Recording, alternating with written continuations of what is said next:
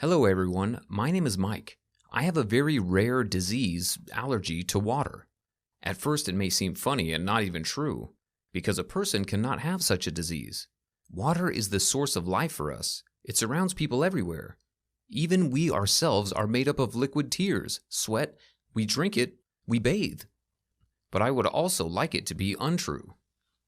Do you want to know how I got this disease and how I get along with it? I will say right away, it is not treated, and its name is aquagene urticarial. I was born an ordinary child. My parents are also very ordinary. Always working.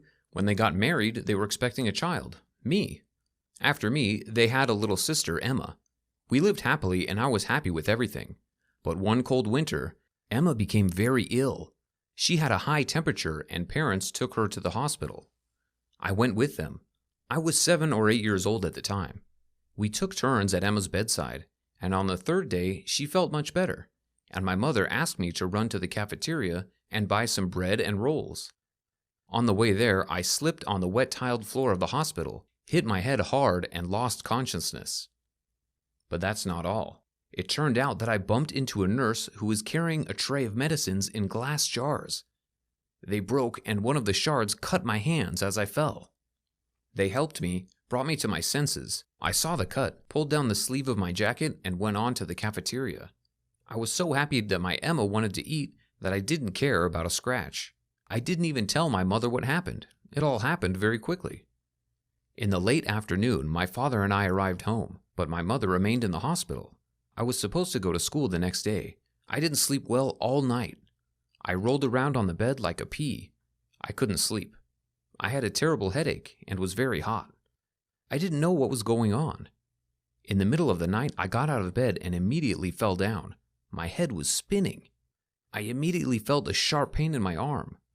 When I lifted my pajama sleeve, I saw my minor cut throbbing, my arm swollen and burning. I woke my father, and he was at a loss what to do. We got dressed and went to the same hospital where my mom and Emma were. When Mom saw us, she immediately started asking a million questions about what was going on. Dad briefly explained what he could. The doctors ran up to us, examined the wound, and said that I had an infection. I urgently needed to pump out the pus and inject antibiotics. What? Pus? It's just a scratch, I managed to say, and switched off again. I was terribly weak. During these days, we didn't really eat or sleep, so my body broke down on some lousy scratch. It was a good thing that Emma was almost fully recovered, because then I took her place in the ward. I was prescribed medication and received treatment, but I felt that something was wrong in my body. 5 days later, I felt better and was ready to be discharged. On the day of discharge, I woke up in a good mood. I had already planned a day to go to the water park with my sister because it was hot outside. Dad picked me up and we came home. The first thing I did was run into my room, take off my clothes, and run to the shower. I set up the warm water, ran into the shower, and as soon as the trickles of water hit my skin, I felt a burning sensation, as if I was bathing in fire. I screamed so much that my parents ran up to the second floor in a second, started banging on the door and asking what happened, and I stood there and didn't understand what. At first, I thought the cold water was turned off and boiling water was pouring from the tap, but then I looked at the sensor, everything worked correctly. I put on a robe and let my parents in. Scared and didn't know what to say. Then I turned on the tap in the sink, put my hands to the water, and felt the same pain again. I snatched my hand away and screamed again. My mother felt the water and said it was cold. We didn't understand what was happening. A minute later, red spots appeared on my hand, and several blisters appeared in places. I lowered my robe and turned my back to the mirror. There were dozens of spots and blisters on my back. My mother, terrified, grabbed my arm and led me into the living room. She started calling the hospital to consult. My back and arm ached, but it was relatively bearable. Mom, like a psycho, hung up the phone and said that the doctors do not know what the problem is. We need to go to be checked. Oh no, I just got out of there, I said. And then my mother said that most likely it was the filters, which most likely broke and dirty water so affected the skin. But why did it only affect me? Well, then it only got worse. My mother invited me to drink tea. We sat down at the table. I took a mug of tea, took a sip, and felt the boiling liquid tear my throat, burning my mouth, tongue, throat, and stomach. I almost choked when I felt a sharp pain. The mug fell from my hands to the floor and broke, and everyone stared at me, while I squinted in pain and held my chest with my hands. I thought the fire I drank would now leave me only ashes. After a couple of minutes, the same spots with the blisters appeared in the mouth.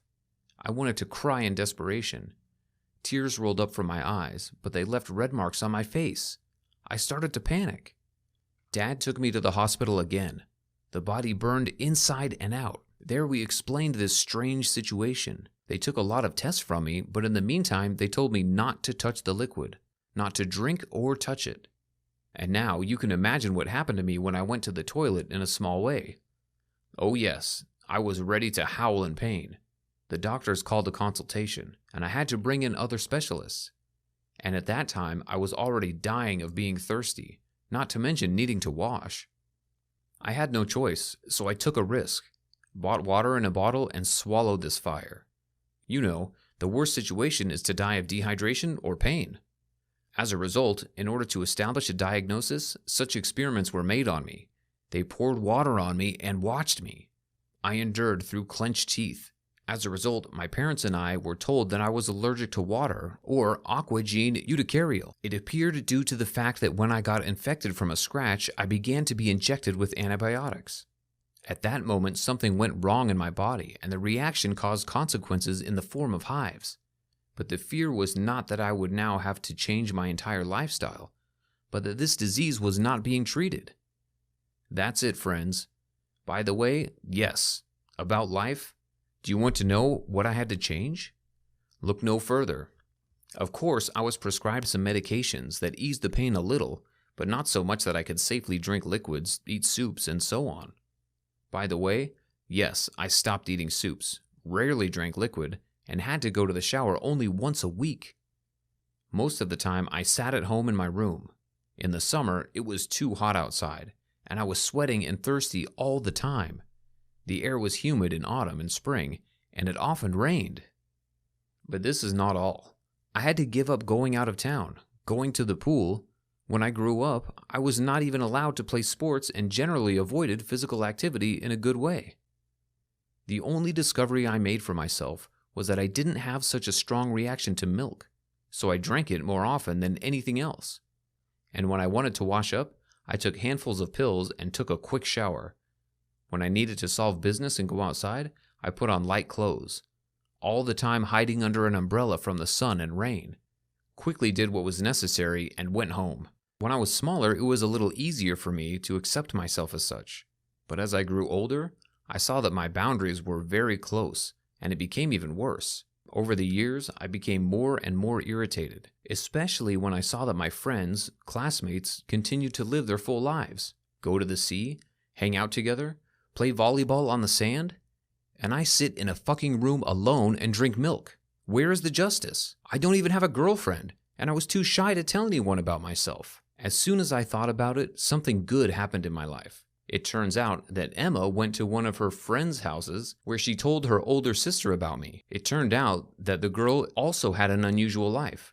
She could not stand the sun at all.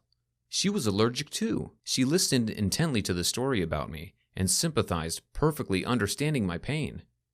Anyway, Emma ran home and said that the girl wanted to get to know me better. At first, I was negative. I thought it was pity, not interest. But Emma insisted on her own, so I wrote to her on Facebook. So our communication started.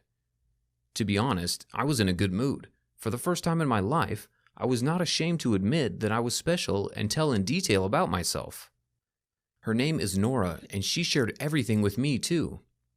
We started communicating with her every day, and then switched to video communication. I wanted so much to meet her, but the weather was in the way. It was terribly hot, even in the evenings. I couldn't stay outside for long. I was sweating. My parents found out about my communication with her and were happy, but I said that it probably won't be for long, because we won't get far at this rate. A person should see a person in person, not through the phone. Then my parents came up with a solution. A couple of days later, a car was waiting for me in the yard. It has air conditioning, son, tinted windows, and most importantly, a roof. my father said. I couldn't believe my luck. All this for me? I asked, not believing what was happening. I would cry, but it hurts. I hugged my family and thanked them endlessly for this gift.